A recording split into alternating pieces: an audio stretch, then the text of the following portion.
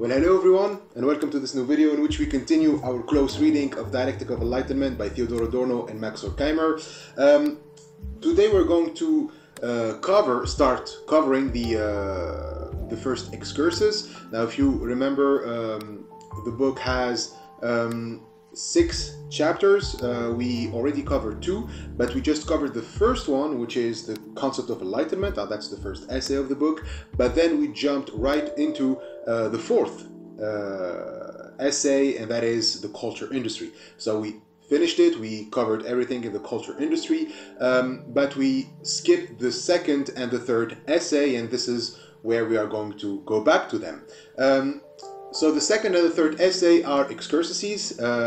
They're about the development of the first thesis of the book, which is the concept of enlightenment, but this time it is with case studies. And the first excursus is about the Odyssey, the myth of Odysseus, because, as they say, the Odyssey as a whole bears witness to the dialectic of enlightenment. So we have already analyzed a passage from the Odyssey in the first essay when we talked about the sirens, but here the authors are going to get into more details. So understanding the Odyssey as a whole will lead to a better grasp on what is up with enlightenment.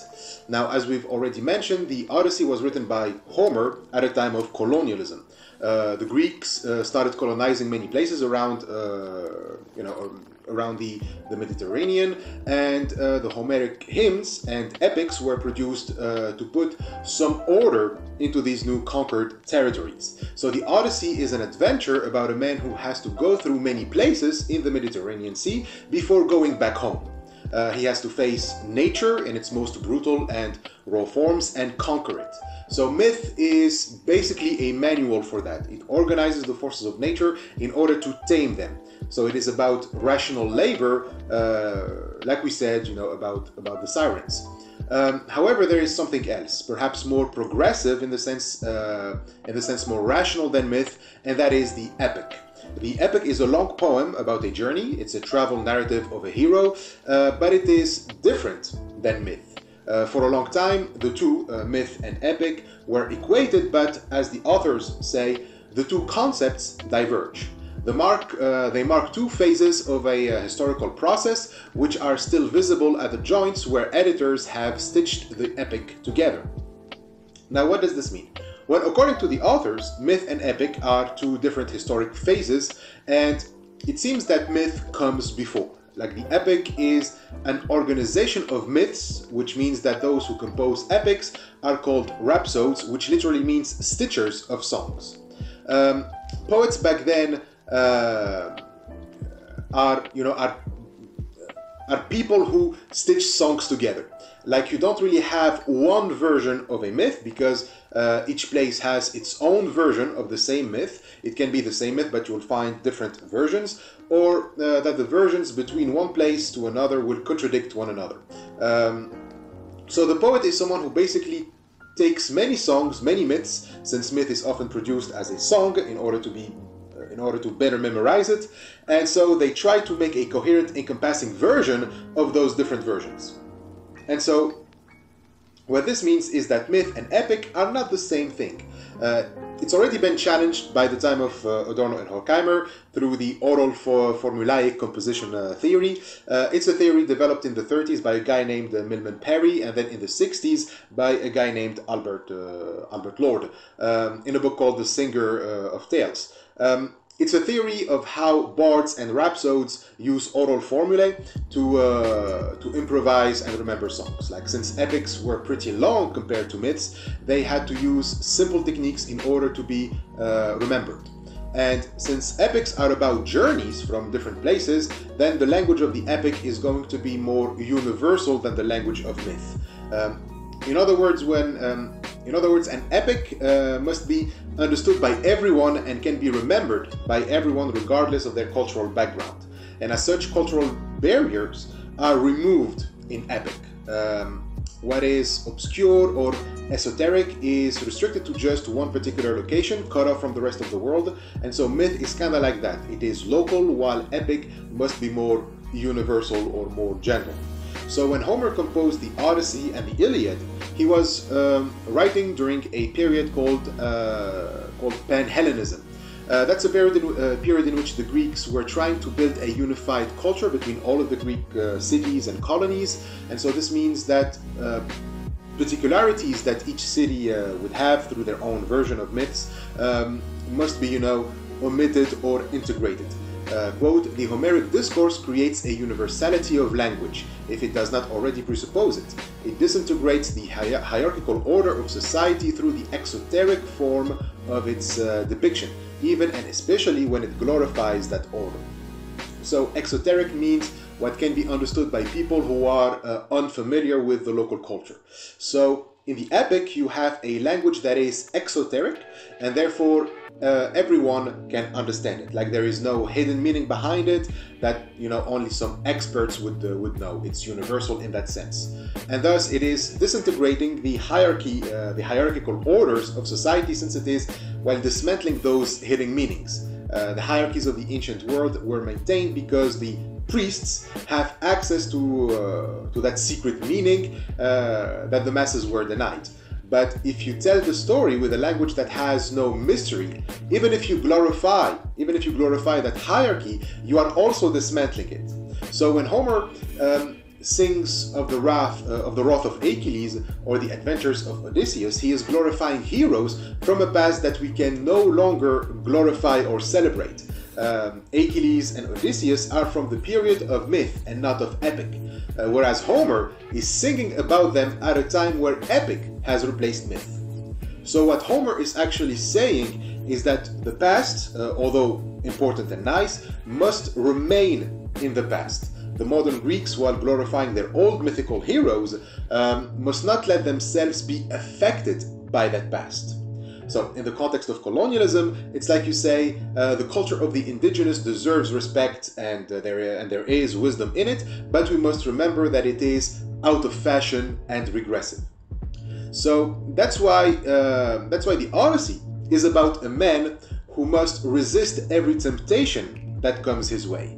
The world is filled with temptations to return to the past, to regress, but the ideology of progress demands that Odysseus wanders the earth, wanders the sea, more specifically, without being disturbed, without being affected or changed by that earth. So Odysseus is the prototype of the bourgeois individual. Quote, the hero of the adventures turns out to be the prototype of the bourgeois individual whose concept originates in the unwavering self-assertion of which the protagonist driven to wander the earth is the primeval model.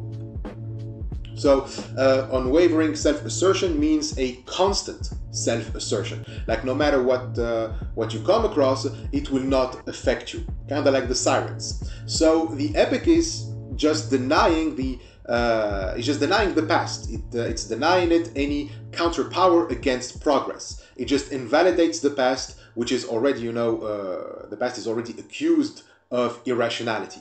And so that's why Adorno and Horkheimer equate the epic with the novel. The novel is a genre that mostly became well spread during the 18th century, the century of Enlightenment, because a novel is written in prose instead of verse. It is by essence less poetic and therefore more rational. So epic is to myth what prose is to verse. It's about, rationalizing and classifying the cosmos, which destroys myth and superstition. But at the same time, it glorifies myth because it maintains the function of myth, which is social control. Epic is like myth, but on a bigger scale. The traveler comes to a place, it had a myth which serves social control, but the myth is too specific, like it is specific to just the people living there. So you cannot use that myth for social control elsewhere. So the traveler is like, how can I use this myth to maintain social control here, but also there and back home? And the answer is through the epic. So I take away the specificities of the myth, which is, you know, the aspect of myth that serves a counter power, and by taking away the esoteric as opposed to the exoteric, I take away the esoteric elements, and so the myth becomes more totalizing and so more liberating from the point of view of enlightenment. And so this is the dialectical myth, the dialectical nature, of myth. The traveler reveals that the local priests were using that hidden knowledge to oppress their local population, so he liberates the population by giving them more accurate knowledge, or more accurate or updated version of the myth. But that updated version, without the esoteric element, also becomes a wider form of social control. And so this is exactly the same with enlightenment. It exposes power while at the same time playing the game of power. And so the author quote Nietzsche here, who precisely exposed this double nature of enlightenment in two texts. They write, "Enlightenment must be drummed into the people so that the priests all turn into priests with a bad conscience, and likewise with the state. That is the task of enlightenment, to show up the pompous behavior of princes and statesmen as a deliberate lie. However, enlightenment had always been a mean employed by the great artists of government.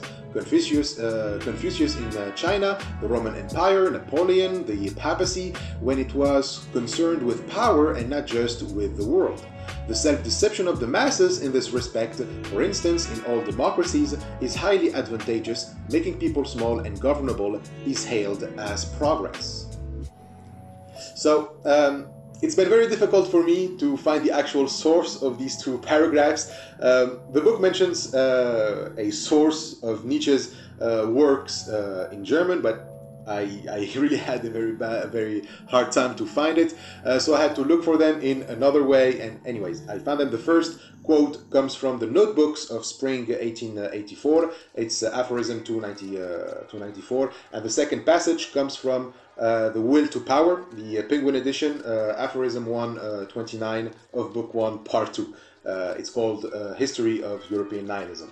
So Nietzsche had this ambivalent attitude towards enlightenment. So yes, it exposes the lies of the priests and statesmen, but on the other hand, it breeds a nihilistic approach to life, which those same princes and statesmen use to maintain their power. So the particular, like you know the epic did to myth, the particular is destroyed in the universal, and it is reduced to an inoffensive unit incapable of governance. The universal for fascists is what Adorno and Horkheimer call the blind eulogy of blind life. You know, that's the ideology of fascist movements. This ideology became a blind eulogy of blind life, which imposes a praxis by which everything living is suppressed. So enlightenment starts by saying some local superstition is suppressing life, by which we mean human happiness and flourishment, so that a few priests, princes and statesmen control the population, and so they empty that superstition of its esoteric element, and therefore they liberate life. This is what enlightenment is supposed to do. But then enlightenment takes life as not so much as happiness and flourishment or whatever, but as just life. As long as we are alive and as long as nothing threatens life, then nothing else is needed. As a matter of fact, what is not needed to maintain life in its basic organic chemical state becomes the new superstition, and thus it becomes a threat to life. So that's what we mean by blind life, like by emptying the esoteric elements. To liberate life, what we did was just, was just make a blind eulogy to just blind life, a life without any meaning or any purpose. It's just, basic organic chemical life. And life simply asserts itself, and that's it. It needs no thought or reflection. All it needs is the power to just affirm itself and to maintain itself. And likewise, the eulogy of this life is as blind as its object. Eulogy means that you praise something, so we praise blind life and in a blind way. So we praise without knowing why or what are we even praising, and even the thing that we praise doesn't know why or what it is being praised for. So both eulogy and life are like empty of any deep meaning, just like the local myth was emptied from its esoteric content by the epic. And this, of course, will have consequences. People will feel the consequences of this on the quality of their life. And many won't be happy about it. And the ones that won't be happy about it often are the ones who promoted this in the first place, meaning the fascists. Fascists are basically people who hate enlightenment while also promoting enlightenment. Like according to Adorno and Horkheimer, the blind eulogy of blind life can be found in how the fascists read Homer. So Homer is the ancient Greek equivalent of enlightenment, and the fascists of the author's time liked neither. They neither liked Homer nor enlightenment. They say that the fascists, quote, they detected a democratic element, brand the work a product of seafarers and traders, and condemn the Ionian epic for its overly rational discourse and its communication of the commonplace. So the fascists in Adorno and Horkheimer's time, they didn't like the democratic aspect of the Homeric epic, the rational discourse about the world, and the fact that it is accessible to the masses. Also, apparently, the epic is a product of seafarers and traders, according to the fascists, and that's bad, I guess, because I mean they see in traders and seafarers, like elements of Jewishness, because you are in commerce, you trade, and all of that. But in short, the fascists didn't like Homer. They didn't like in Homer the presence of the bourgeois individual, which the fascists they see the bourgeois individual as a weak individual in decadence. Traders, democracies, rationality, the common man, all of these are bourgeois products because they are the product of liberalism, and the fascists don't like liberalism.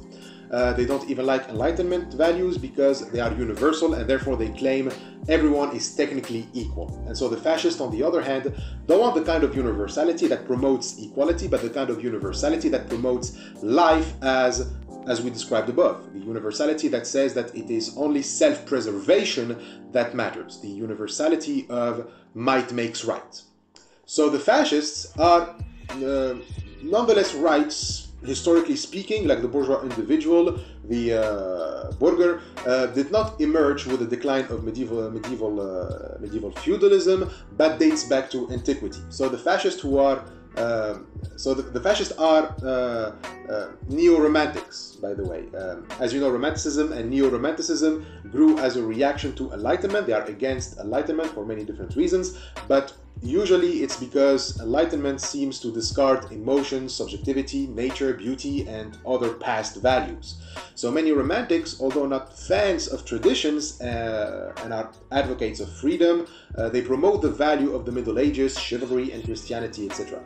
They have a strong nostalgia for the past. For the past that is not so distant, but the neo-romantics seem to imply that the decadence started way before the Middle Ages, that the Enlightenment started since the times of Homer. And on this, Adorno and Horkheimer agree. They agree with fascists that Enlightenment is equated with word history. And because of that, the fascists, since they say that Enlightenment been around for so long, they involuntarily pay it homage. They acknowledge how totalitarian Enlightenment is and how totalitarian it is becoming, and it unfolds through history. And because of that, the fascists are going to promote Enlightenment even more, despite the fact that they claim that they don't want Enlightenment. Like they are going to unleash Enlightenment even more and accelerate it to its limits. As the authors say, for the bad conscience of present day devotees of the archaic, it is especially the earliest traces of Enlightenment which threaten to unleash the process they seek to hold back, but which they themselves obliviously promote. So what the authors are saying is that the fascists, the devotees of the archaic are about to do the same thing that Homer did while blaming him for doing it. They are going to produce an epic while they criticize the epic. How so? Well, it's because although Adorno and Horkheimer agree that Enlightenment dates back to the period of the epic, they didn't say that it started with the epic like the fascists. The fascist is advocating for a return to what is before the epic, a return to myth. But while the authors argue that the mythical period, in the mythical period there was more, let's say, potential for freedom than the epic period, they neither say that myths are not enlightenment, nor they say that myth is less violent than enlightenment. As a matter of fact, they argue that myth is just brute naked force. It is more a form of unmediated violence, the kind of which the fascists wants to return. When we say that the fascists were right about the epic, that it is enlightenment, the authors describe them as the evil eye of the sympathizers with all seemingly immediate power, who reject mediation and liberalism of any degree. So, to understand this, let's say that at first, in prehistory, you had the magical stage, or the mimetic stage, which wasn't about the control of nature, but rather to imitate nature. We already explained what mimesis is and how it relates to enlightenment and magic and mana in the first chapter. But after the magical stage, you have the mythical stage. When myth comes in, it is just naked power, right? It's just naked force. It is unmediated. It is just plain terror. Might makes right. And so this is enlightenment. Enlightenment is when you just want to exert power over nature in the most direct way possible. But at the stage of myth, people didn't really have the means yet. Technology was still in its infancy, and the influence of magic was still too strong. But the desire for power, for direct power, for naked force was there. And so with the arrival of the epic, you start to have a mediation. Power is becoming less and less brutal, and that allowed men to develop the kind of technology that was missing from the mythical period. But those who want the naked force of the myth see that they cannot exert that power now. Like the epic prevents them with its liberal markets, if you want.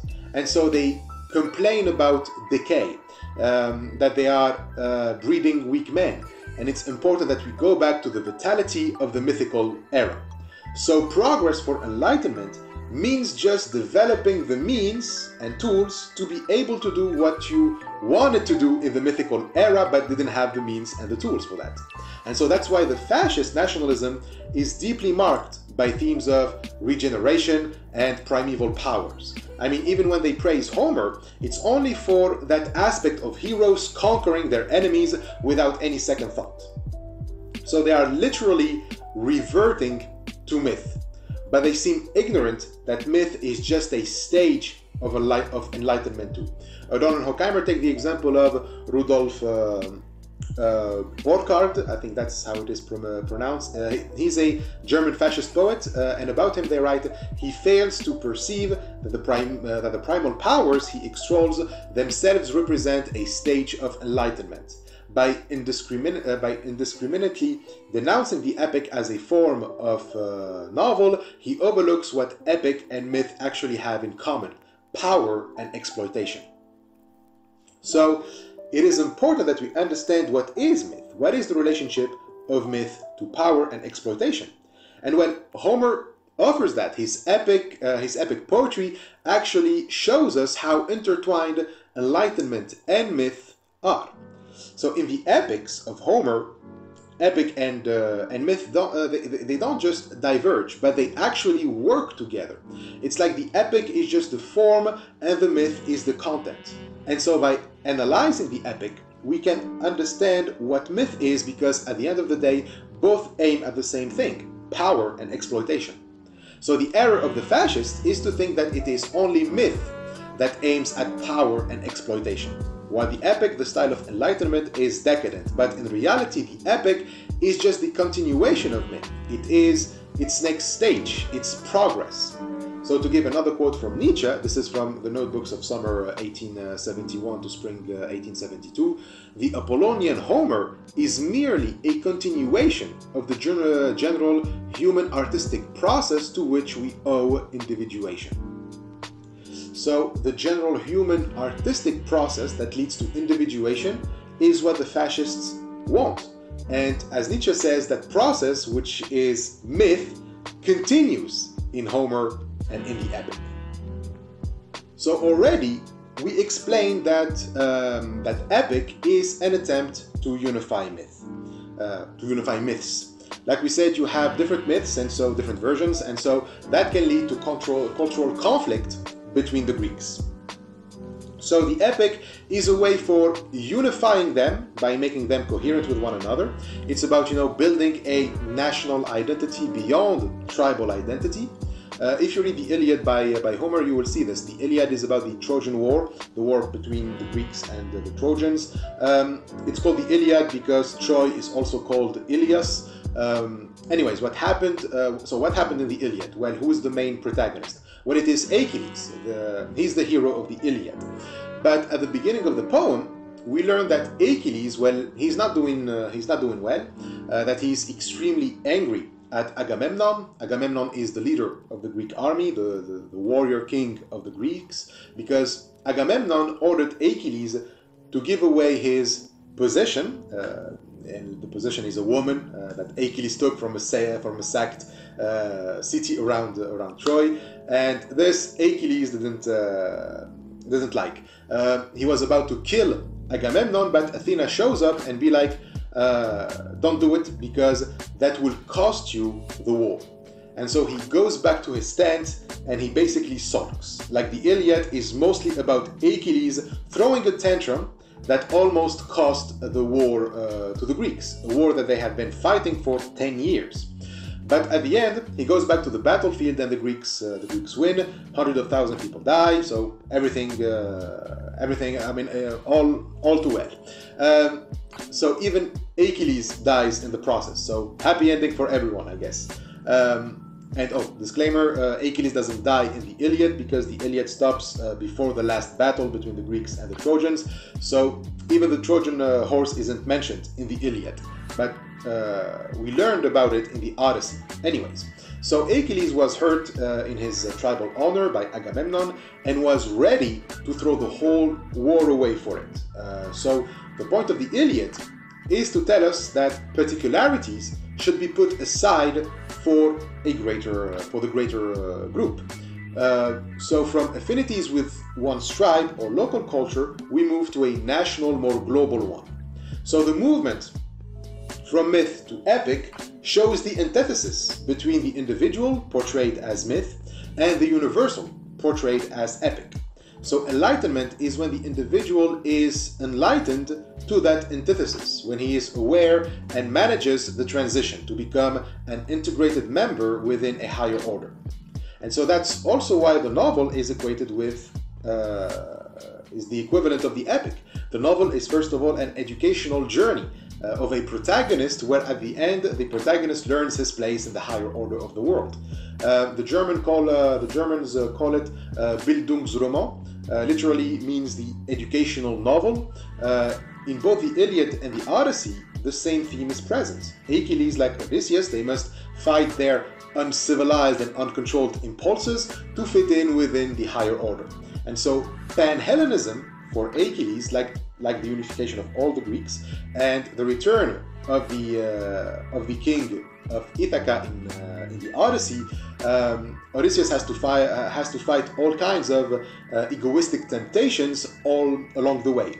And it is only when the heroes find their place within that order that they can become who they are. Quote, the heroes' peregrinations from Troy to Ithaca trace the path of the self through myths, a self infinitely weak in comparison to the force of nature and still in the process of formation as self-consciousness. So Odysseus, for those who don't know the story, Odysseus after the So Odysseus, after the Trojan War, spends 10 years in the Mediterranean Sea, trying to go back to Ithaca, to his home, and therefore the poem is about how he explores the natural world from one place to another, and each time he encounters mythical creatures which represent the primeval dread. They are representation of mana. And Odysseus basically outsmarts them. Odysseus has no physical strength, even compared to other mythical heroes. What he has is cunning and wits. He is very smart, and it is his intelligence that gets him out of trouble. It was even Odysseus who had the idea for the Trojan horse. Sorry. So Odysseus is basically well-reasoned, and by reason the mythical world gets demystified. So this is the process of disenchantment of the world that we mentioned in the concept of enlightenment. He secularizes the world and organizes it for civilization. So the mythical creatures are banished to the margins of civilization, and even there they retreat to the elements from which they emerged. People were afraid, for example, of caves and certain rocks, and they imagined that they are inhabited by demons and monsters. But as Odysseus sails through the Mediterranean, he learns that the caves and rocks are just that, caves and rocks. So his identity is forged in opposition to myth. His identity as Odysseus relies on the path of logic and not on the path of superstition. And so the monsters and creatures are manifestations of the temptation to roll back into superstition, because it is easier to think through superstition than it is to think through logic. As they say, all the adventures that Odysseus survives are dangerous temptations deflecting the self from the path for its logic. So we must follow the path of logic, of civilization, of progress, and avoid the path of superstition, nature, and regress. So we must avoid the past. So the self builds itself in the former while it loses itself in the latter. But, and this is important, the self must not stay away from nature. The self doesn't become rigid when it avoids nature, but it must become rigid while facing nature. So the voyage of Odysseus is a necessity for him to become himself. He cannot be Odysseus if he simply went back home without facing all the temptations and hardships on the sea. And so Adorno and Horkheimer draw on Friedrich Hölderlin.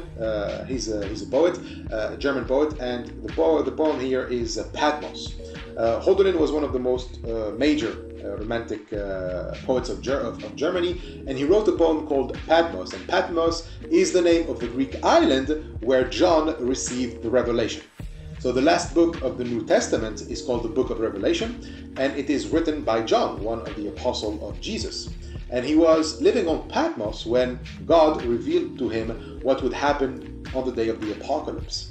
And the premise of the poem is that you can only know God if you go through a perilous journey like that of the Odyssey. The speaker in that poem says that he's been taken from his home and sent to Patmos, where he too received the revelation and understood the nature of God, something he couldn't do if he stayed in his comfortable home away from nature. So too Odysseus must throw himself into the Mediterranean. He must listen to the sirens. The authors quote two lines from the epic, from Patmos. The verses 3 and 4 to illustrate this. But where danger threatens, that which saves from it also glows. So this is from Hölderlin. So what saves from danger is within danger. Hölderlin also talks about winter and how within winter you have the potential for spring. So God has that power to turn winter into spring, to turn the dead into life, etc. And so Odysseus must go into that journey so that he too turns creatures of dread into rocks and caves, to turn nature into just technology. And so the journey is, of course, his antithesis. Odysseus is the home, the fixed point of civilization, while adventure is nature. So Odysseus and adventure are antithetical to one another. But it is through that antithesis that Odysseus can have his identity. As they say, the self does not exist simply in rigid antithesis to adventure, but takes on its solidity only through this antithesis, and its unity through the very multiplicity which myth in its oneness denies. Now that's an interesting way of putting it. The self gets its solidity through its antithesis with adventure. So it is by throwing yourself into adventure that you can prove that you are the antithesis of adventure. And the self gets its unity through the multiplicity denied in myth. So here we have to take a few moments to unpack this.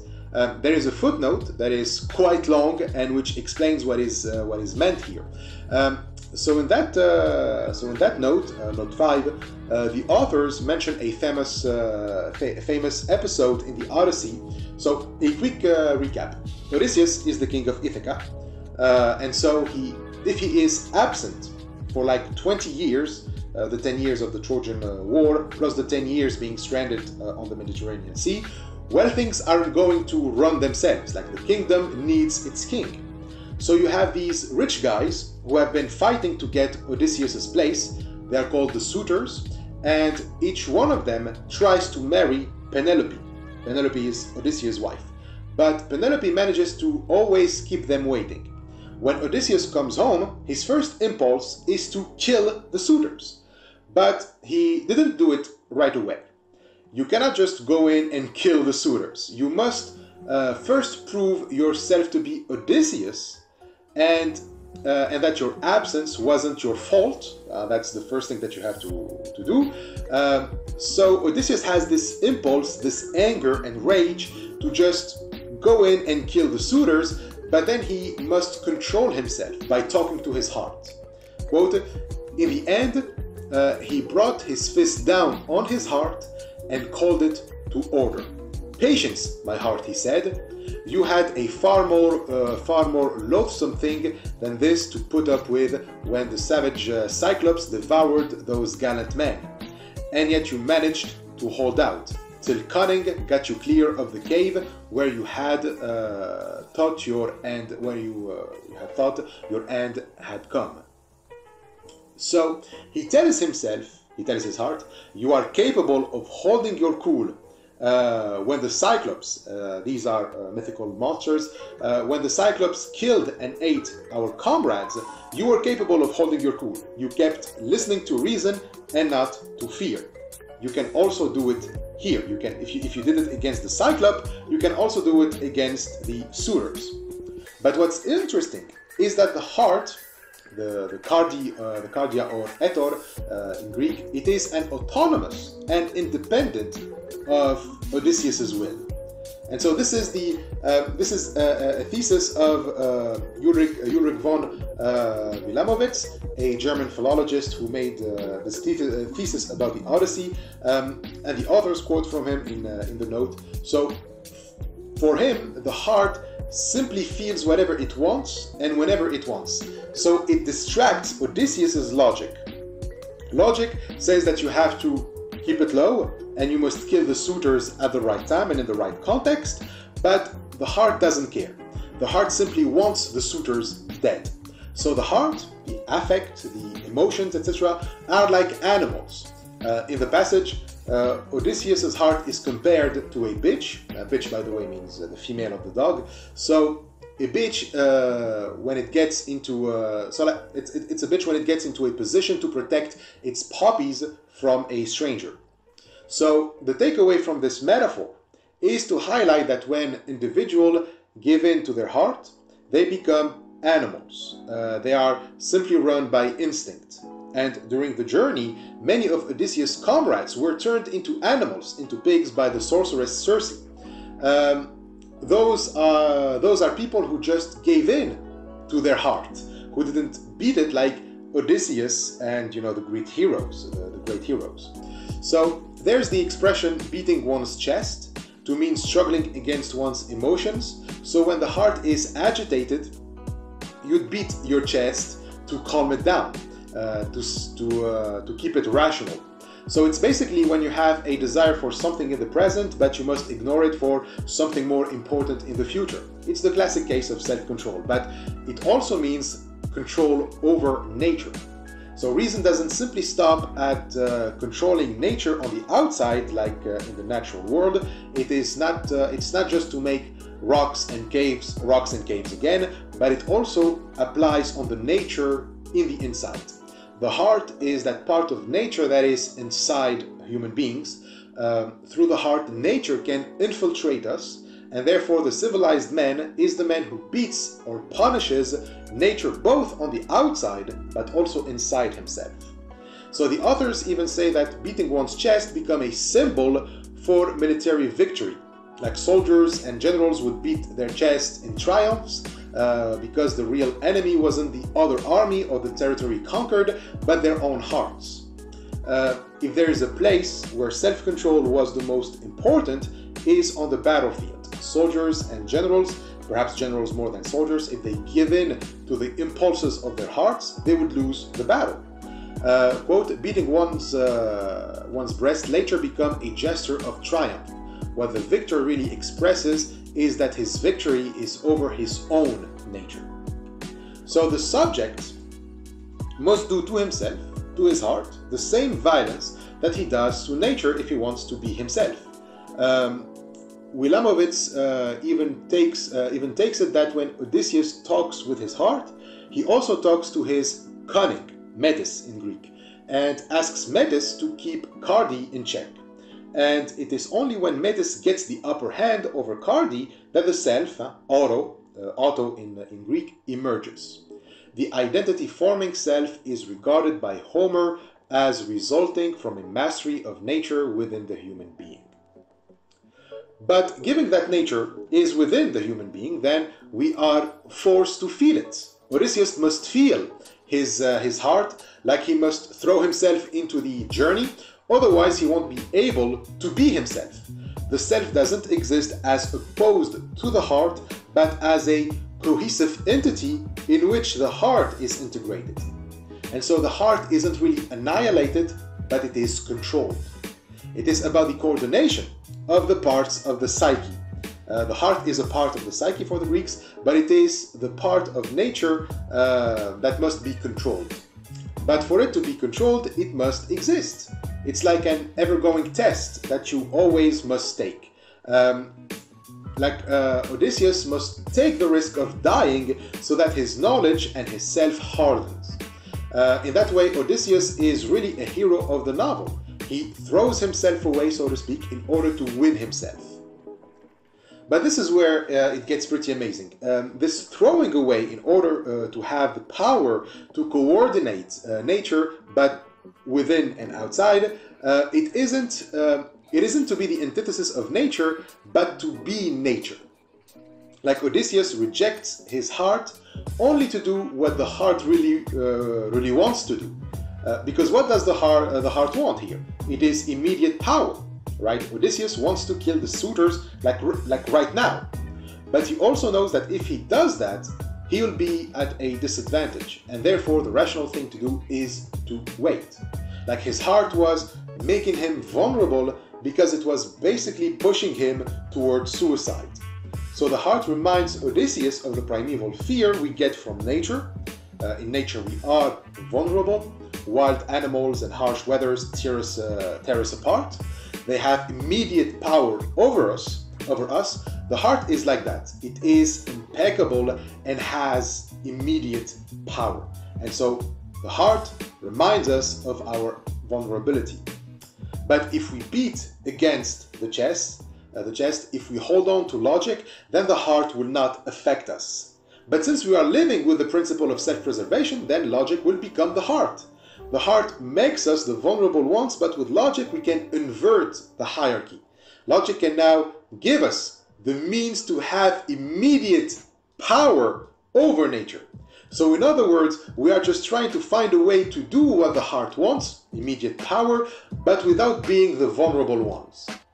So the self that resists to nature is a self that wants to be nature, to have the power of nature. It is the lamb that wants to do what the bird of prey does. So the reason why Odysseus throws himself into nature is to build himself strong enough to be able to do what nature does. But then nature would get us back. If in the end we are doing what nature does, only now more violently, then we are actually serving the vengeance of nature.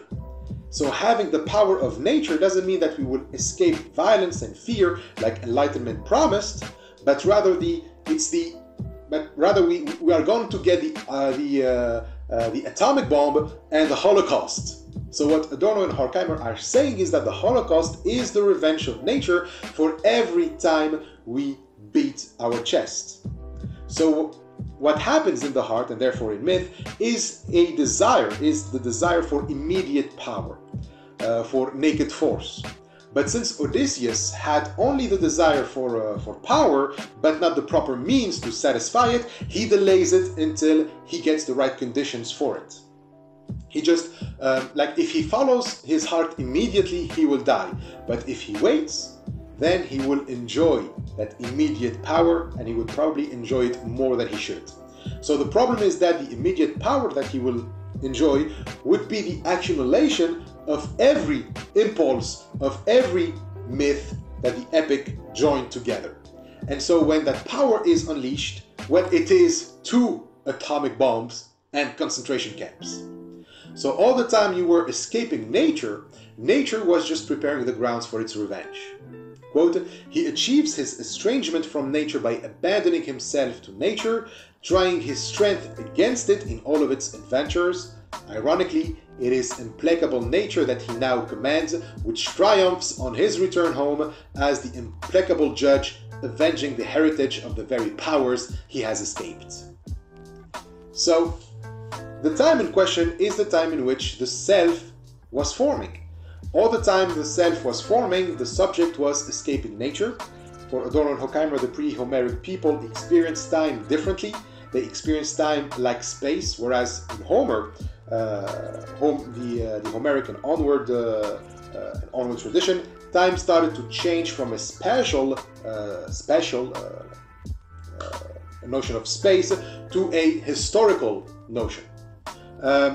What this means is that the self in the Homeric time still draws on myth to construct itself.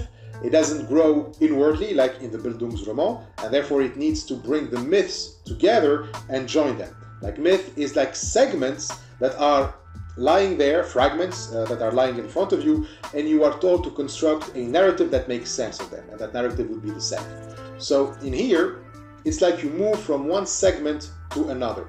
The epic, like the Odyssey, is precisely like that. Odysseus moves from one place to another, and each place is its own myth. When he encounters the Cyclops, that's the myth of the Cyclops. When he arrives at the Lotus Eater's place, that is another myth. When he gets to Circe, then when he gets to Calypso, etc., all of these are different myths.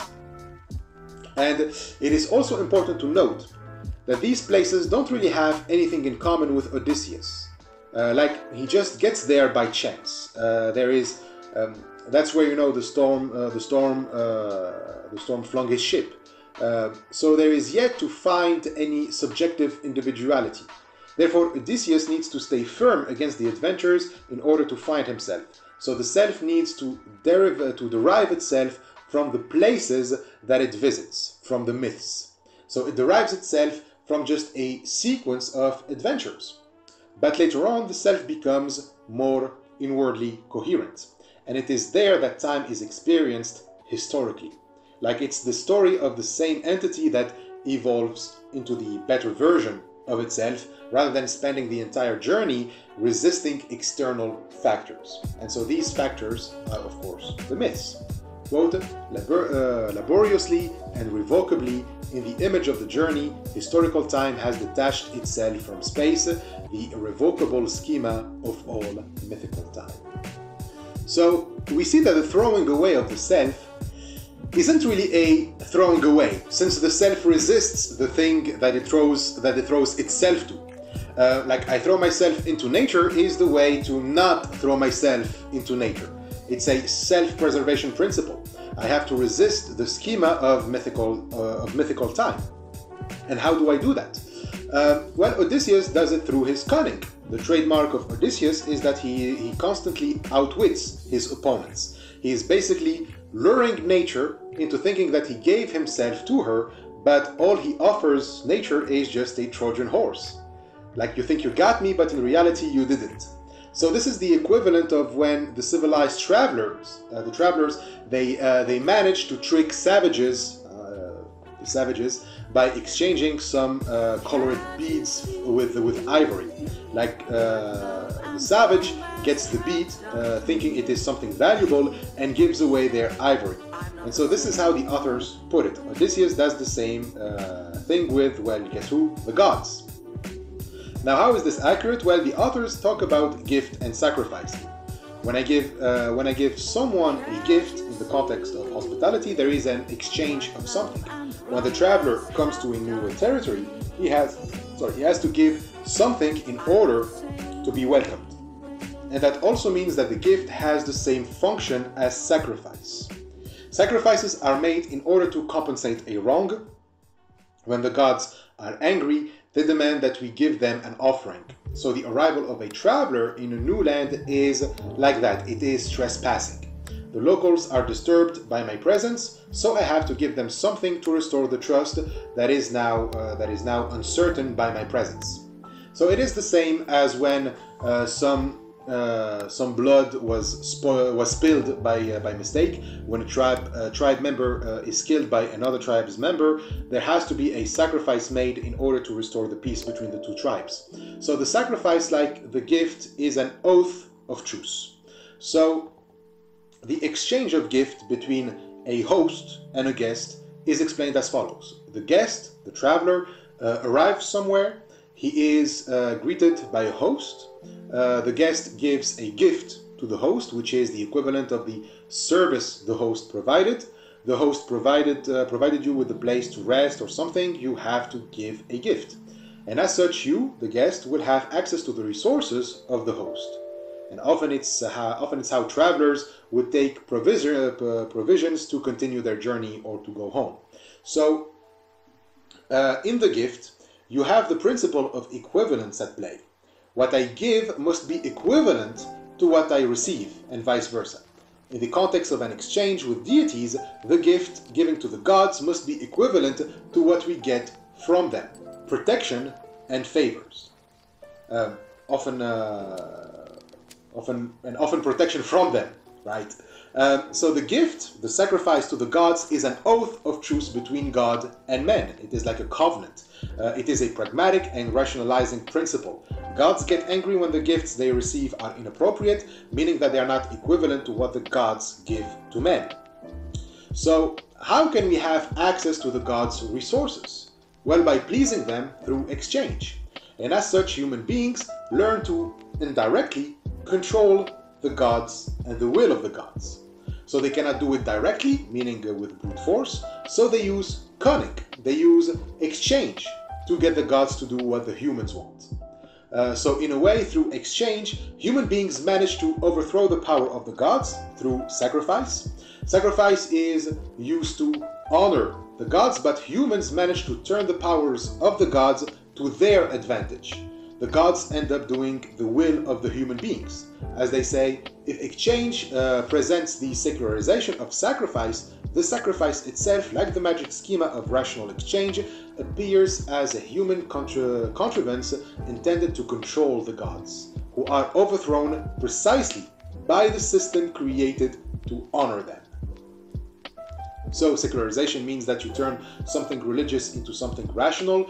You take away most of the religious connotations of the act, like exchange is sacrifice made rational, and what is rational is later spread to all parts of society, while the religious is often confined to its own sphere of the sacred.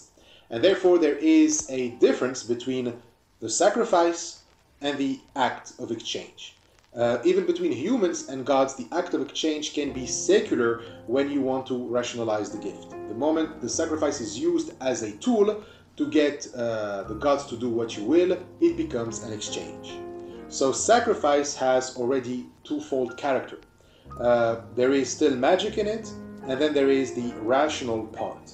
In the magical part, there is what you can call a genuine sacrifice, where you actually give yourself to the gods. But in the rational part, there is a principle of self-preservation where you outwit the gods in order not just to survive, but to also get access to the gods' resources. So Adorno and Horkheimer developed this in a footnote where they discuss another famous philosopher, Ludwig Klages or Klages, I'm not sure of the pronunciation.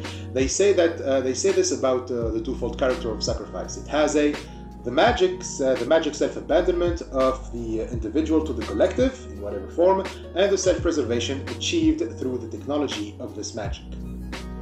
So this is how Klages, I'm just going to say Klages, to defend the idea of sacrifice. It is an exchange, not in the ordinary sense, but not in the ordinary sense. He says not in the sense of exchanging goods, but, quote, of exchanging fluids or essences by abandoning one's own soul to the supporting and nurturing life of the world. But as Adorno and Horkheimer argue, this implies a contradiction, because if there is a principle of self-preservation, then there is no genuine sacrifice. So Klages had to find a way to distinguish between genuine and false communication with nature, or exchange, which he couldn't do even in the ideal image of Pelagianism. The authors say that in a note, Pelagianism is an early Christian theology named after Pelagius, a 4th century British theologian, and an opponent of Augustine, who argued that there is no such thing as an original sin. Like when we fell from heaven, that didn't, we didn't taint our human nature, and we still can be good people and avoid sin. So in Pelagianism, selflessness is possible, and so you can theoretically perform a genuine sacrifice. But that would be a contradiction with the principle of self-preservation, which Klages includes in sacrifice. So exchange, which is sacrifice secularized, appears when the principle of self-preservation takes over, and magic becomes used for rational purposes, which implies that we are not in magic anymore.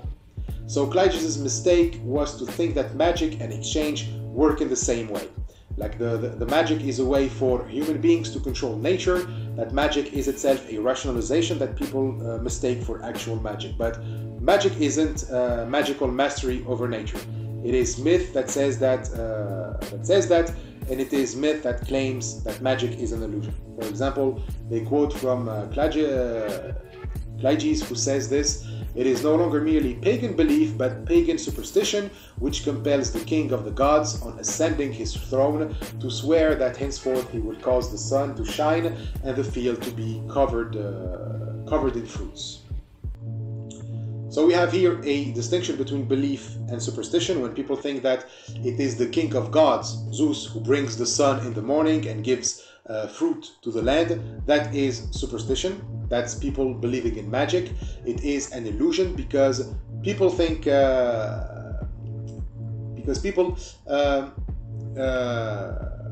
is an illusion because people think that they have some mastery over nature by doing some incantations or some shit like that. But it is there that myth emerges. The illusion of magical mastery over nature is, according to Adorno and Horkheimer, the essence of myth. In myth, the principle of self-preservation starts taking over. The origin of myth is found there, when magic becomes sacrifice, when the principle of self-preservation sweeps in. And so, there we have the moment of fraud in sacrifice. When people do an offering to the god, they are dethroning that god. So the offering is fraudulent. The sacrifice is an act of cunning, because through cunning we dethrone the gods. We make them accept a fraudulent exchange. The moment of fraud in sacrifice is the prototype of Odysseus' cunning. just as many of Odysseus's ruses are wrapped up, as it were, in an offering to natural deities. For example, the main villain of the Odyssey is Poseidon, the god of the seas. He is Odysseus's foe and the one responsible for everything that happened to Odysseus. But there are other gods who are the allies of Odysseus, and so they made an offering to Poseidon. They offered him oxen, which pleased the sea god, and in exchange he has to leave Odysseus alone. So even the sacrifice which Poseidon is glad to accept involves deception. All sacrificial acts deliberately planned by humans deceive the god from whom they are performed. By imposing on him the primacy of human purposes, they dissolve away his power. So the god loses his power once we impose on him the primacy of human purposes. So through cunning, we can show that the human being has priority over the god's will and desire. So human beings are looking for their own self-preservation. They know that genuine sacrifice requires that they give themselves, so they try to deceive the god into accepting a sacrifice without sacrificing themselves. It's like you make the god believe that he had you. In another note the authors mention Gilbert Murray, a classicist who wrote a book called The Rise of the Greek Epic, in which he talks about human sacrifice. Like, human sacrifice is something deeply frowned upon in Greek culture. It is something barbaric and savage. The people who commit it in their mythology always end up punished by the gods. So we can say that the shift from human sacrifice to non-human sacrifice is itself a kind of fraud, like where human beings got away from being the object of sacrifice. It is a way that represents cunning and fraud. You convince the gods that a sacrifice other than a human being is worth as much as a human sacrifice, and plus it is sanctioned by the gods. So even when the human being is sacrificed, it is inseparable from its deification. Like, humans offered as sacrifices were later either restored by the gods or had to become gods themselves. So human beings win on all sides. They even get the permission to commit murder if the victim reaches apotheosis. That is, if the victim reaches the level of God. And so this is what Odysseus figures out, that he can deceive the gods, and once the fraud is raised to self-consciousness, he understands the power of illusion. It can deceive the gods through illusion. And so Odysseus becomes both a victim and a priest. He is the victim of the god's will, but he puts himself as the interpreter of that will also. So he uses his cunning to say to the gods what kind of offering is appropriate for them, knowing that in reality it is not really appropriate. And so the priest, Odysseus, is aware that the communication with the god through sacrifice is bullshit. But what he obtains from it is his apotheosis. He only gives himself to the gods if the gods promise to make him one of them. So he sacrifices himself, like he sacrifices himself now, he sacrifices who he is in the present in order to refine himself in the future and in a better, more powerful version. So hence, Odysseus manages to hijack the magical element in sacrifice and rationalizes it. If you remember, when we talked about magic in the concept of enlightenment, we said that in magical sacrifice, you sacrifice representatives. But being a representative means that you actually have to give yourself up to nature. And so this, of course, is considered irrational, since the individual is working against the principle of self-preservation. And therefore, it had to be inseparable from deification. So the only way to make magic rational is by adding to it this other element in sacrifice. I sacrifice myself, but you have to make me a god too. So the priest bargains with the gods. He insists that the victim later be deified. And this is the projection that Odysseus does through his cunning. He projects his ego's substance onto that of the gods. And hence they say its substance is as illusory as the immortality of the slaughtered victim. Nor without reason was Odysseus regarded by many as a deity. So I recommend that you check the asterisks there, because they changed a few things about the meaning, a few things, but the meaning remains the same. So anyways, the fraud allows for Odysseus to become a deity. So what that implies is that sacrifice always entails a deception, and this is because in sacrifice you have the antithesis between the individual and the collective. Like the sacrifice of the self is seen as a way for the individual to remain integrated within the collective, and that his sacrifice solves the antithesis.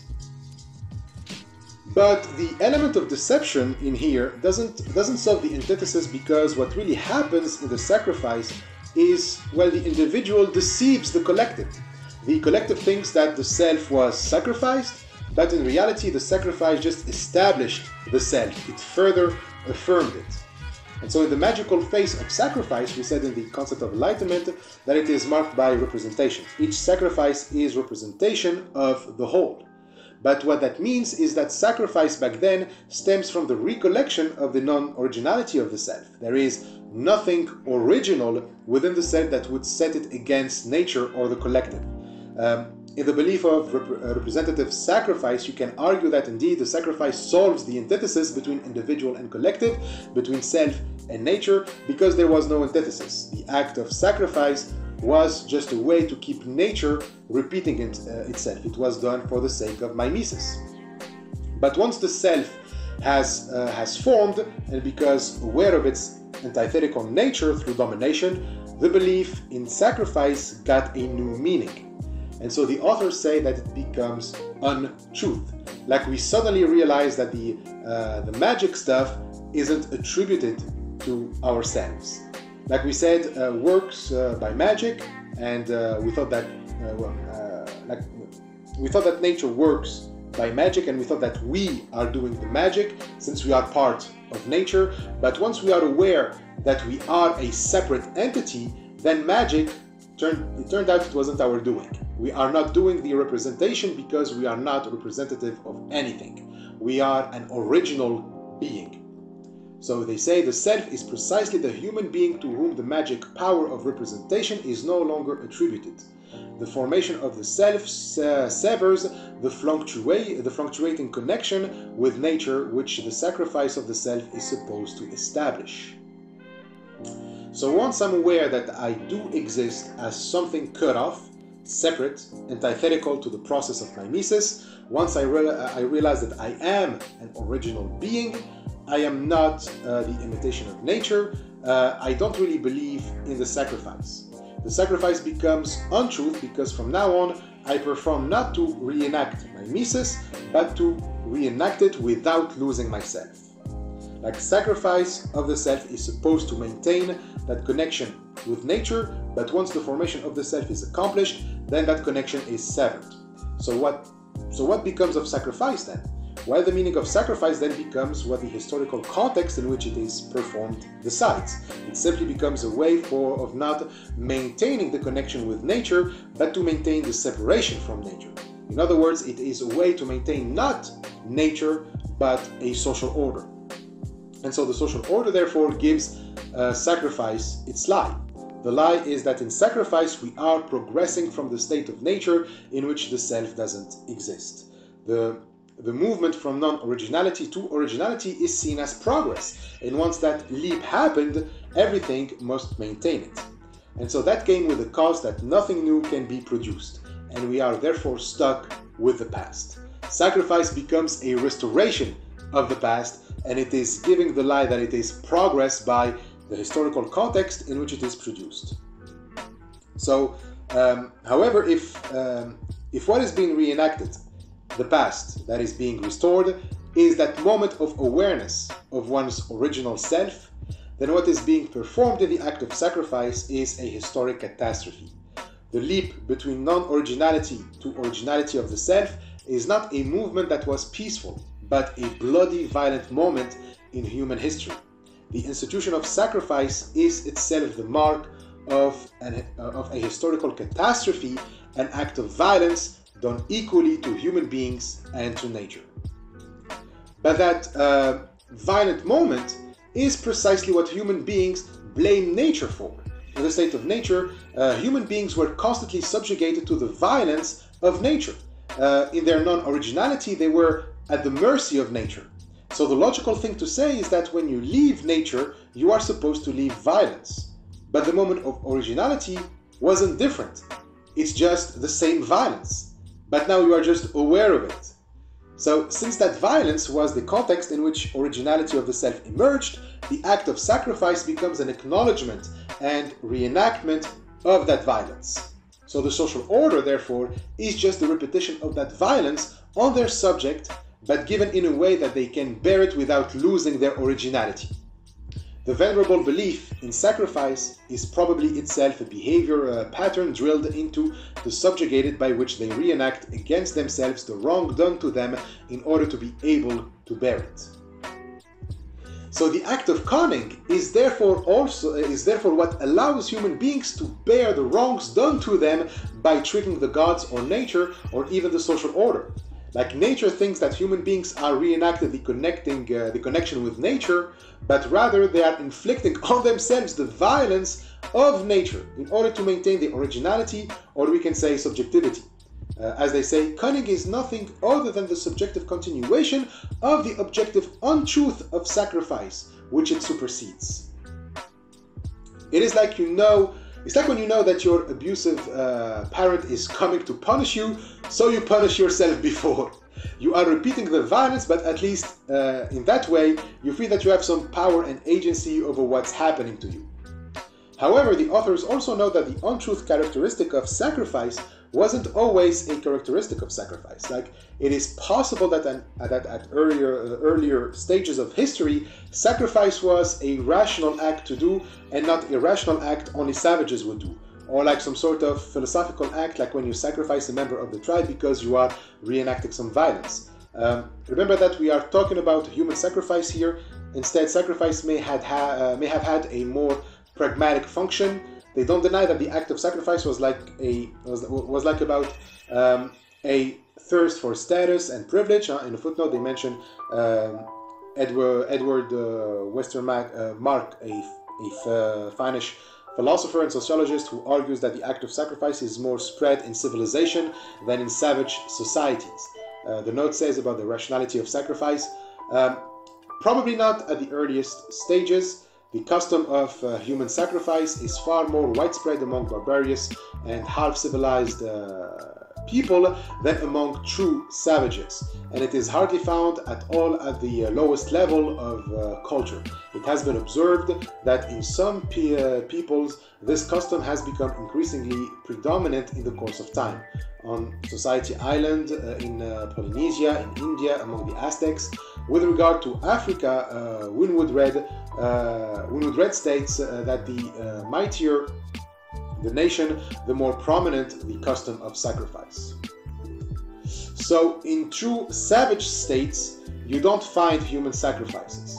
It is an act that you find in what Westermarck calls half-civilized people, or the mightiest nations. But it is also related to shortage. It is possible that the act of sacrifice is related to cannibalism when food is scarce. Therefore, people would be competing to be at the top of the hierarchy, to have the greatest privileges, to be safe from being the victim of the sacrifice. So the authors mention totemism as an example of such states.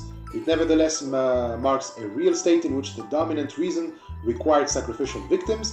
It is a state of archaic shortage in which human sacrifice can hardly be distinguished from cannibalism. So basically you have to eat people when the number of people increase while food decreases. And out of this, they argue some traditions have emerged, like in some ethnic groups when they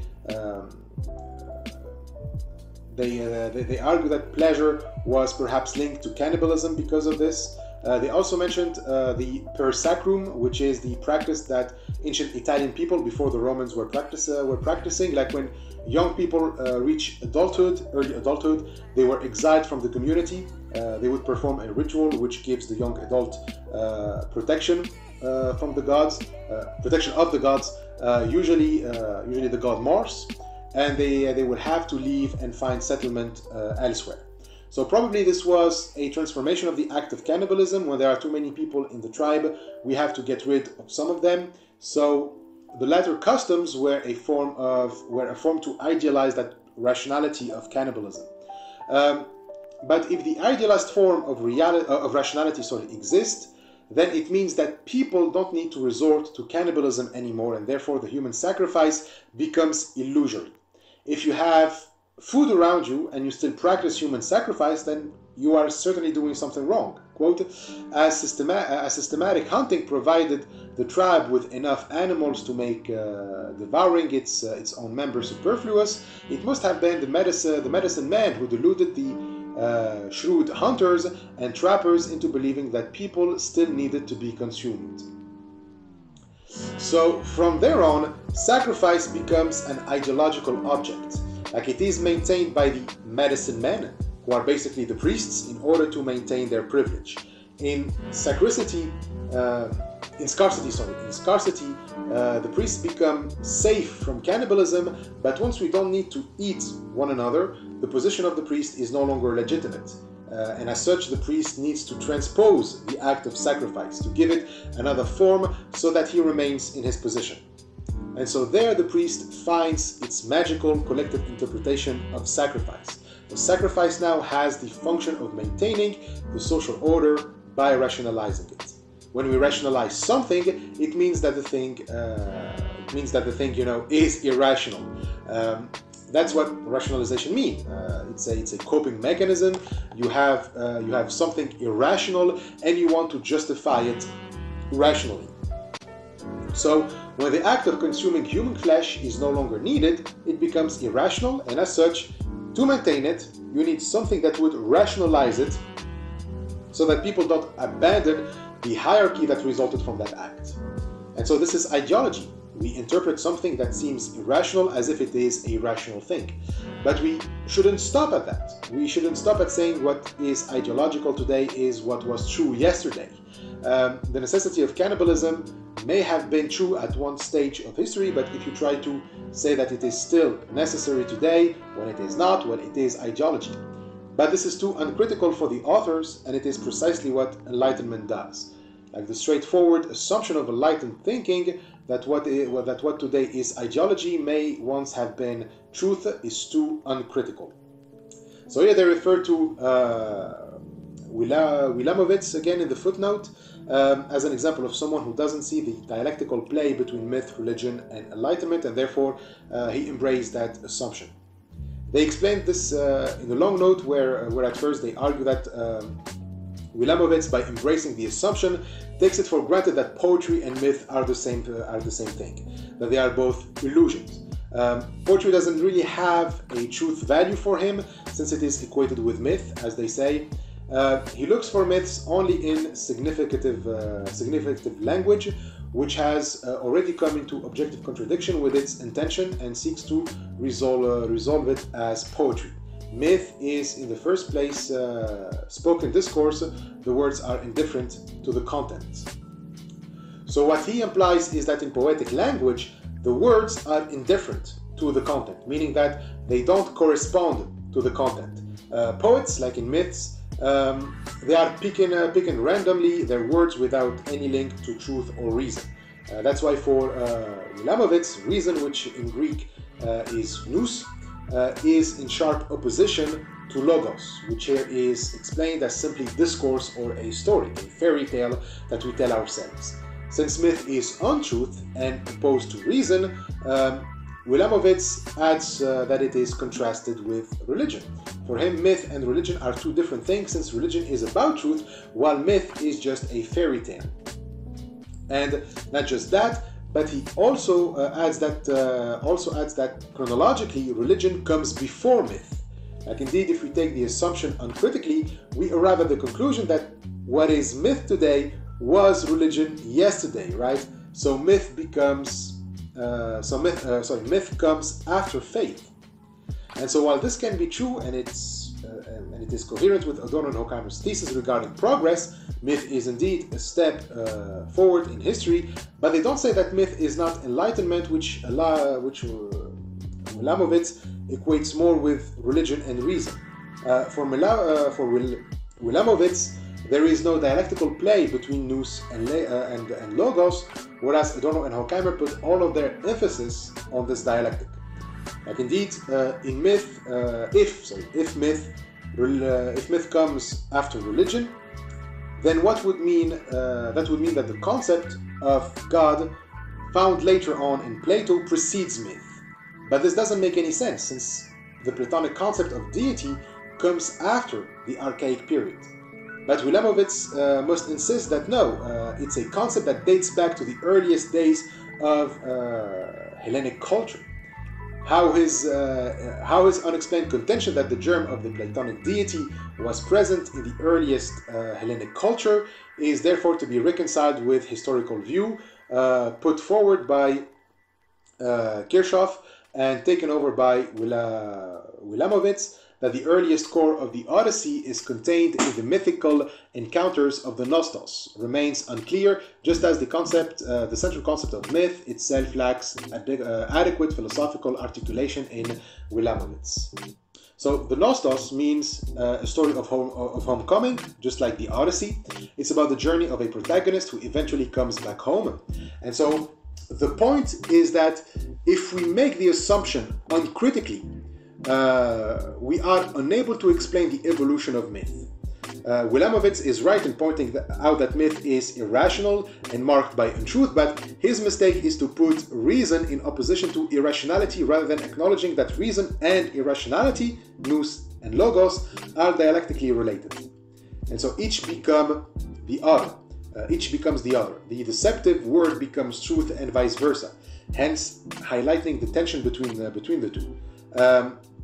Hence they argue that we shouldn't think that what is ideological today is simply what was true yesterday, as in saying now we know that back then people mistook a lie for the truth.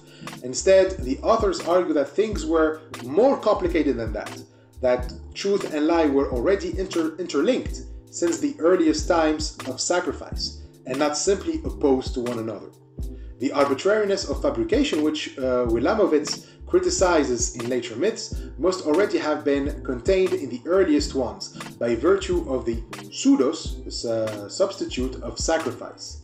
This pseudos is related to precisely the Platonic deity, which Wilamowitz dates back to archaic Hellenism. So, pseudos in Greek also means lie. The point is that the substitute in sacrifice is also a liar. And likewise, Enlightenment, while thinking that it got rid of myth, is actually being tricked into accepting myth, into letting myth have access to its resources. So this therefore blurs the distinction drawn by Wilamowitz between nous and logos. So to go back to the assumption of Enlightenment, that what is ideology today was the truth of yesterday, it doesn't really grasp what myth is doing, because the assumption of Enlightenment is also the assumption of myth. Myth, for Enlightenment, is ideology. It is an untruth which tries to rationalize what is no longer rational, or maybe what was never rational, but that is precisely what myth criticizes. Myth too criticizes ideology. As they write, the newest ideologies are a mere reprise of the oldest, which long antedate those hitherto known, in the same way that the development of the class society refutes the previously sanctioned ideologies.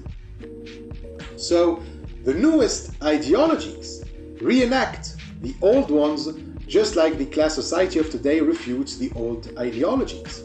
So what this means is that the class society of today, which is of course the embodiment of progress, is also ideology.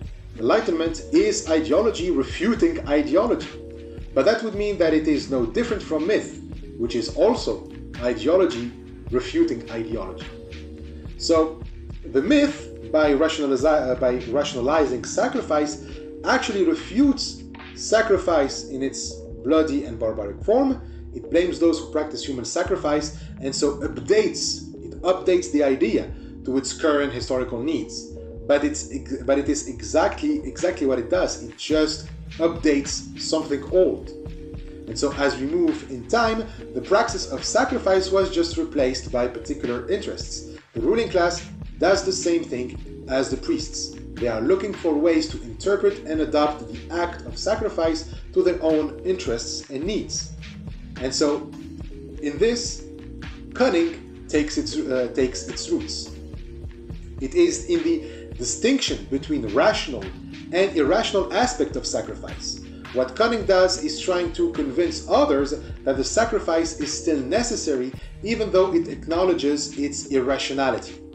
And so in this sense, even myth is the demythification of other myth. In myth, the futility of sacrifice is revealed, but only to advance the particular interests of the ruling class. And therefore, myth and sacrifice do not disappear through demythification. So, we have seen how sacrifice and cunning are linked together, and that enlightenment is being tricked by myth into thinking that it got rid of it.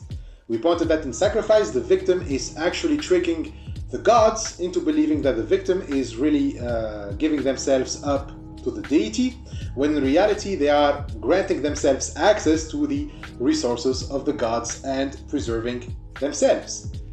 And that's exactly what myth is doing to enlightenment. It is tricking enlightenment into letting it use the resources of enlightenment and preserving itself.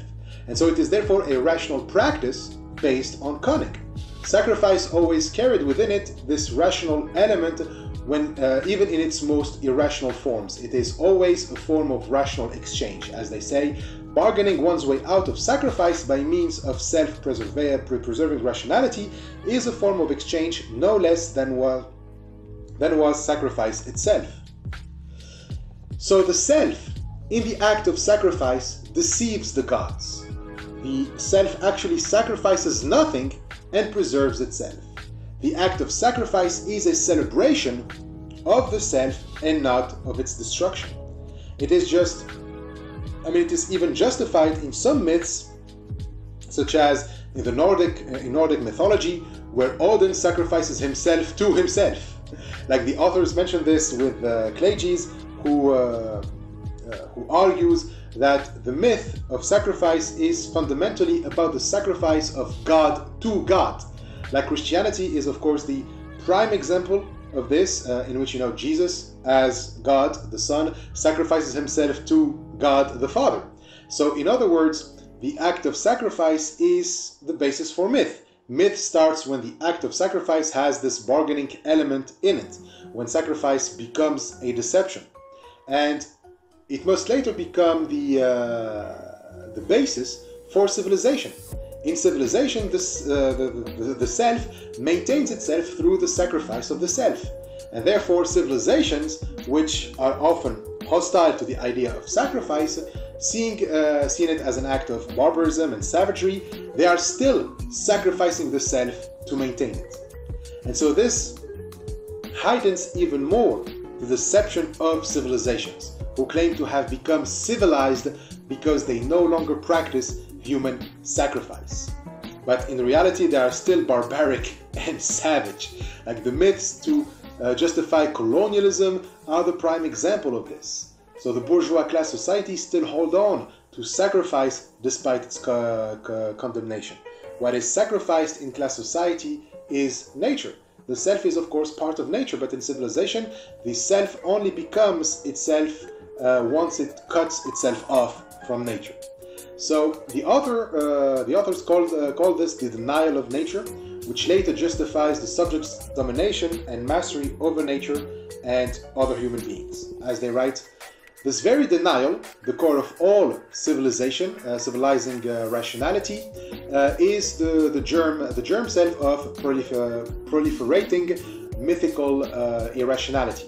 With the denial of nature in human beings, not only the telos of the external mastery of nature, but also the telos of one's own life becomes confused and opaque. So telos means goal or purpose in Greek. What this means is that human beings have offered to themselves the very nature from which they emerge as sacrifice. And as exchange, they get the right to do whatever they want to nature.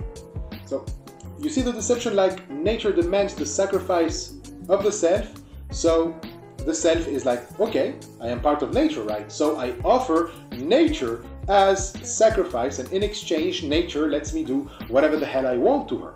So that is the denial of nature. And in it, you have the principle of rationality and mythical irrationality as well. But the price is that now, the purpose of mastering external nature and the purpose of mastering one's own life are one and the same. Human beings therefore assume that whatever it is that they want to do is the only kind of purpose that exists. They no longer see that nature has its own purpose independent of human beings. And so the telos of human beings can be called self-interest. It is projected on everything in the world, and therefore no one can see beyond it. Hence its opacity. So the actions of human beings, no longer aware of the existence of nature, become completely void and irrational. And so indeed the purpose of self-interest is self-interest. We end up in a situation in which we do things without even knowing why we are doing them, acting out only out of self-interest leads to a situation of nihilism and over-irrationality. Like purposes like social progress, the increase of material control and comfort, the increase of knowledge, etc., all of them lose their own purpose once human beings have cut themselves off from nature. And they just become, all of them just become overt madness. And not only that, but the self has created conditions for its existence in which subjectivity, in which the subject itself cannot even exist. Like, okay, you have a self, but without nature, that self is just an empty shell, which is dumb, because the subject is precisely the thing for which we do all of this shit. As they write, the human being's mastery of itself, on which the self is founded, practically always involved the annihilation of the subject in whose service that mastery is maintained. Because the substance which is mastered, suppressed and disintegrated by self-preservation is nothing other than the living entity, of which the achievements of self-preservation can only be defined as functions. In other words, self-preservation destroys the very thing which is to be preserved. So it is quite common these days. Like, we know that with technology we are supposed to be free to explore more our subjectivities, etc. But seeing the damages that we do with technology to nature, we don't really see any opportunity to express or to explore our freedom or our subjectivity. And so likewise in capitalism, we use the economy to satisfy our needs, right? But since the economy and technology are used for domination purposes, the satisfaction of needs becomes impossible, and we are all running towards our own destruction. And therefore, the cheater ends up being cheated. When the victim of sacrifice was hoping to cheat the gods and nature out of sacrifice in order to maintain the self, it finds nothing to enjoy once it gets out of the sacrifice. It finds only destruction and renunciation. And so at the end, it finds itself in just in an unjust exchange in which the self loses more than it gains. And that's pretty ironic. It gives away more than the life that it wants to preserve. And so this is what the authors call the wrong society, in which everyone is cheated because they accept to give away everything in order to simply preserve themselves. And that is called renunciation. Like, all of civilization is based on renunciation, of renouncing everything for the simple fact that the self is maintained, even though that means the destruction of that very self. And even if someone manages to escape renunciation, the very predicament of society is that such person would even lose the little bit of life left by self-preservation. So in the end, it's a rigged game in which you have to choose between a quick and painful death or a slow death through suppression of one's impulses and the illusion that self-preservation is working. So in either case, the self is indeed sacrificed, except more violently and tragically than it would be without the cunning. So the authors refer again to Odysseus here, who does precisely that. He represses his impulses on multiple occasions. In a footnote, the authors give an example in which Odysseus had to repress an impulse or master his heart again. In every case, Odysseus has to renounce his desires and impulses. That is the nature offered in sacrifice. He has to do that in order to become himself, as we've said, but there is something interesting which the author highlighted in that note. They argue that renunciation for Odysseus is more a postponement, since he manages to satisfy his desires, but not at the moment where they manifest themselves. In other words, he always has to wait a little bit before getting his revenge, for example. So in the Odyssey, the emphasis is put on patience. But the case for revenge is intriguing because vengeance is the ultimate mythical impulse. Vengeance is the most violent of impulses. We can argue that in it, violence is irresistible. But as an impulse, the subject must do on himself more violence to suppress that desire for vengeance. But since it is the goal is vengeance, Odysseus doesn't suppress it completely. He knows that if he waits, he will have that vengeance. And so what this means is that the subject must subjugate himself to violence in order to do violence onto others. Like to dominate and subjugate nature and other beings, I must dominate and subjugate myself first. And so in this regard, subjugation becomes objective and the universal rational law that governs everything. So what Odysseus wants to do most, the mythical impulse, turns into a rational law, and hence it turns into justice. It is only when Odysseus accepts the violence inflicted on him that he can inflict the same violence on the suitors. And so hence justice and the law are just the social transposition of the violence experienced in nature and in myth. As they say, in Odysseus's patience, quite clearly after the death of the suitors, vengeance is already turning into judicial procedure. The ultimate fulfillment of the mythical impulse becomes the objective instrument of domination. Law is vengeance which is capable of renunciation. So what Odysseus demonstrated through the lawful execution of the suitors is that he is capable of renunciation. And therefore he should be entitled to vengeance. And however, violence is still, in this case, is still contained, let's say, because it is not the doing of the subject. The subject is actually being moved by something that is external to him, and that is his longing to return home. There is, something beyond the postponed vengeance. So it is like he's suppressing the impulse of violence, but since that suppression is itself moved by another impulse, which is the impulse to go back home, the violence isn't total. It is only when all impulses are suppressed that we can talk about objective and complete renunciation. And that comes with bourgeois society. In fully developed bourgeois society, however, both are annulled, with the idea of vengeance, longing to, is tabooed, thereby, of course, enthroning vengeance, mediated as the self-revenge on itself. But this bourgeois ideal is already found in Odysseus. Like Odysseus sacrifices his life on multiple occasions in the story, in order to save it or, let's say, preserve it. But also they argue that Odysseus, quote, nevertheless, he is sacrificed also for the abolition of sacrifice. His lordly renunciation, as a struggle with myth, is representative of a society which no longer needs renunciation and domination, which masters itself not in order to do violence to itself and others, but for the sake of renunciation. So the point of sacrifice is to abolish sacrifice. Yeah, that makes sense, since what we want is the thing we had to make the sacrifice for. Like, I want vengeance, I cannot have it until I do a sacrifice, but if I want no sacrifice, like that's the impulse, then yes, sacrifice in order to not having to make a sacrifice. And so this is the bourgeois mentality that looks at sacrifice as an act of regress, whereas all of progress is founded upon the act of sacrifice.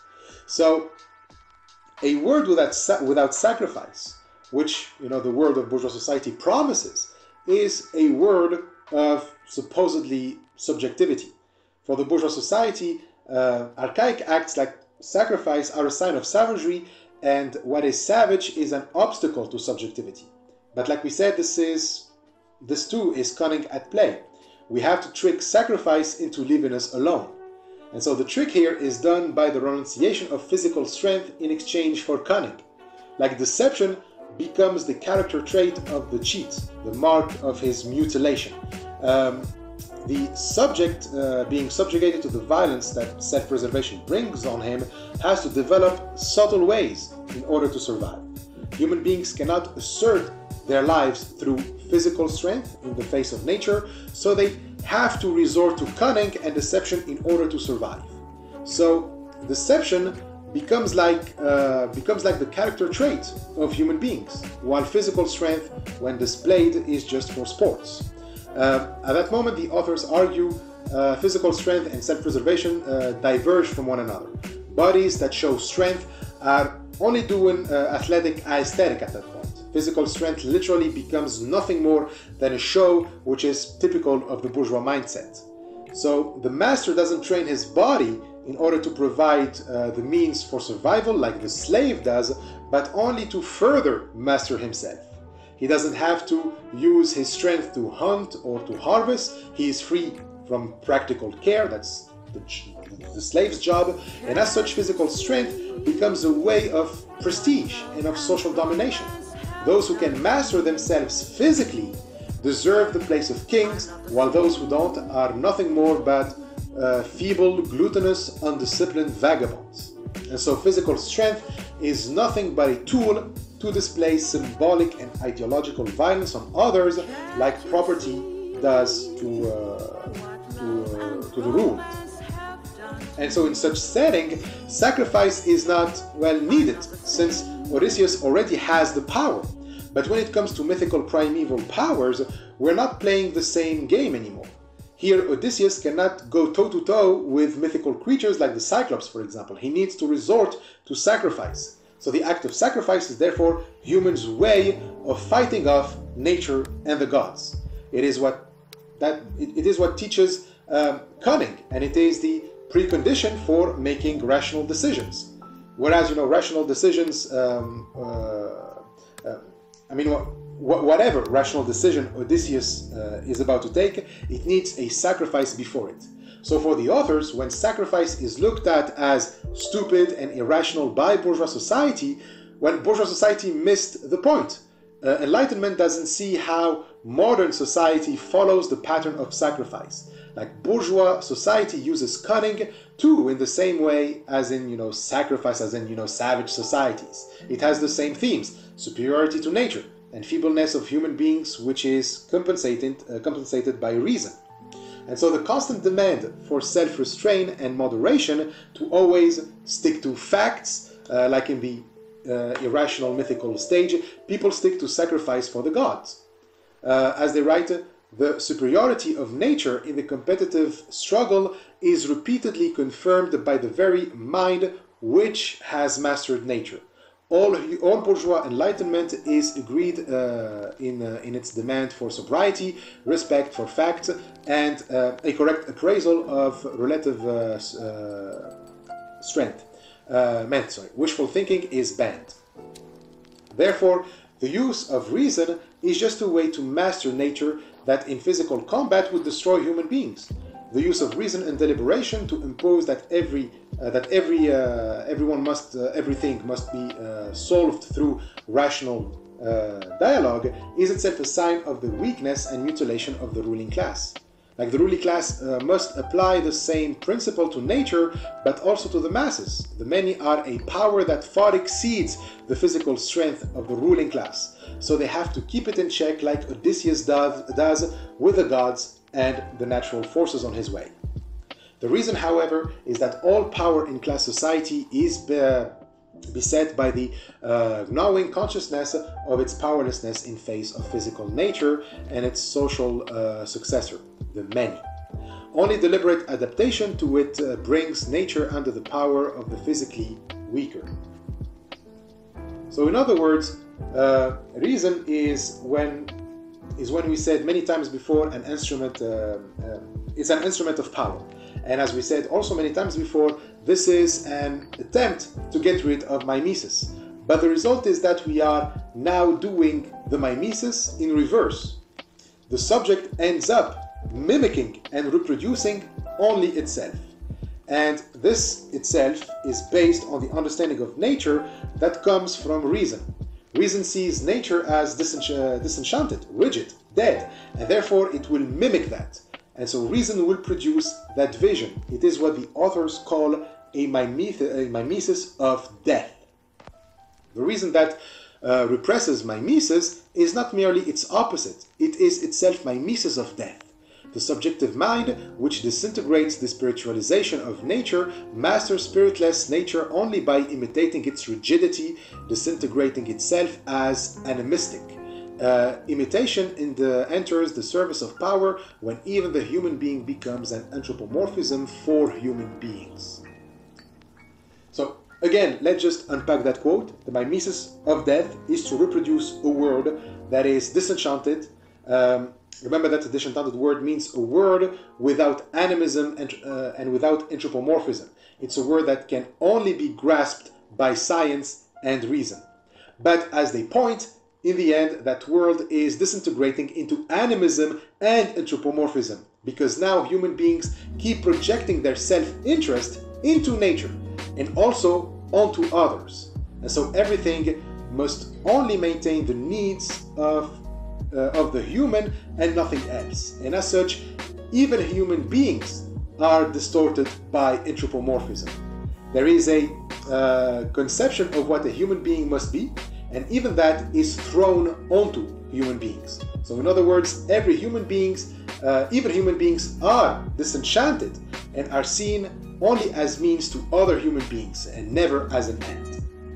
And so the irony, of course, is that the abandonment of nihilism, of animism, and of anthropomorphism lead to an animism of death and to an even to a mimesis of death and to an even more violent anthropomorphism.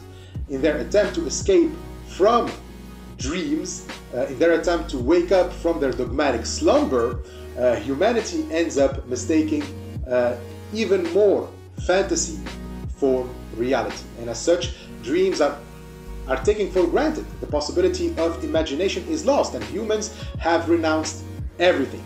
The possibility to imagine alternatives, to stimulate their minds and intellect, to produce art and sketch better societies, all of this is dismissed as dreams, and dreams have to be renunciated or renounced. The nimble-witted man survives only at the cost of his own dream, which he forfeits by disintegrating his own magic along with that of the powers outside him. He can never have the whole, he must always be able to wait, to be patient, to renounce. And so again, the authors go through other examples in the Odyssey, like many examples in the Odyssey to illustrate this, how Odysseus had to renounce on many things and must always listen to reason, which is, just instrumental reason. He must calculate everything, even the cost of his companions' lives. All of these sacrifices do not matter one bit, since it is only the end that counts, the result, the end results. So this is what is meant to be a hero, to be able to do whatever it takes to reach that universal happiness, that happy match between the mind and the nature of things, like we said in the culture, we said in the concept of enlightenment. Quote, he wingles through that.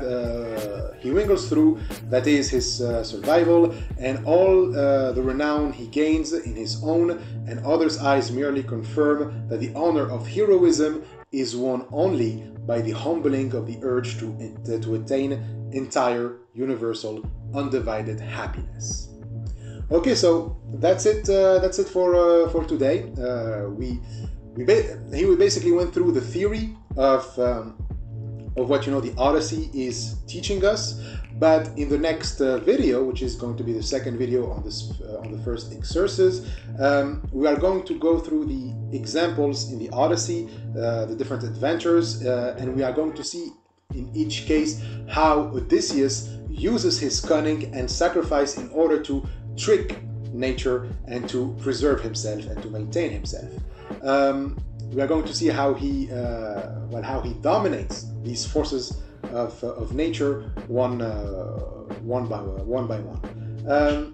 All right, so that's it. I hope that you find this video interesting and it helped to understanding the chapter and the book and the book's thesis more general. Likewise, thanks for watching.